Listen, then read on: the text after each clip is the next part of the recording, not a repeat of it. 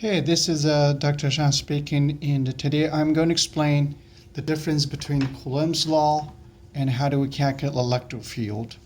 Let me just review a little bit about Coulomb's law. Coulomb's law is about forces between two charges, Q1 and Q2. So suppose if you have a positive charge for the Q1 and negative charge for the Q2, and then you know they are going to attract toward each other. So in physics, which we call this Coulomb attraction between these two charges.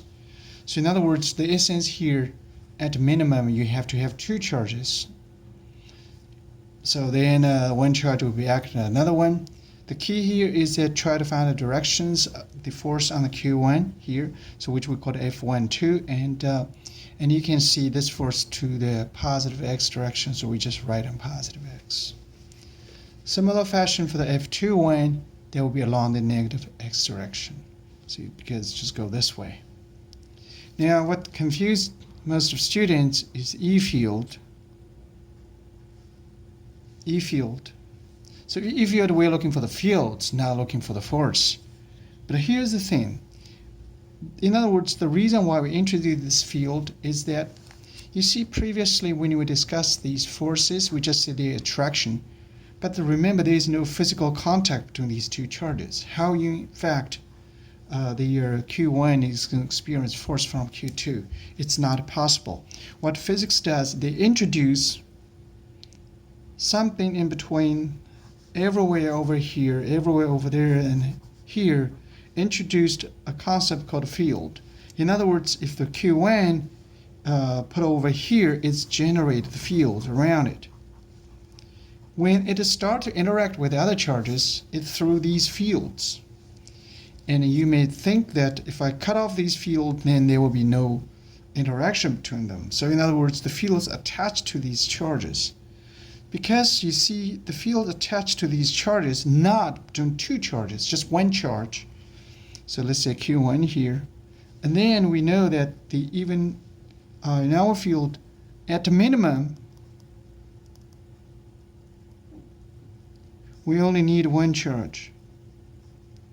So in other words, there's no need of more than one charge to generate the fields. Of course, if you have more charges, the field is going to be different.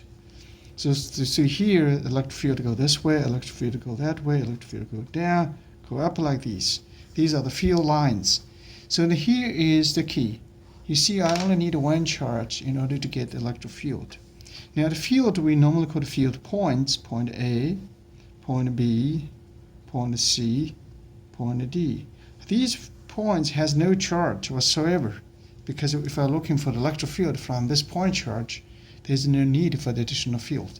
So for instance, if I want to calculate electric field at point A, and then I will be the E1A, that's called E1A because Q1 from the field is from Q1, and just equals K times Q1, take absolute value R1A squared. So that's the point charge, how large electric field that there will be here. Now we determine the directions. Before we determine direction, we need to set the x coordinate. This is my positive x direction. So you can see if you stays here, the electric field will be along the negative x direction. And if you stay at the point B, it will be along the negative y direction. C, positive x direction. And the D is going to positive y direction.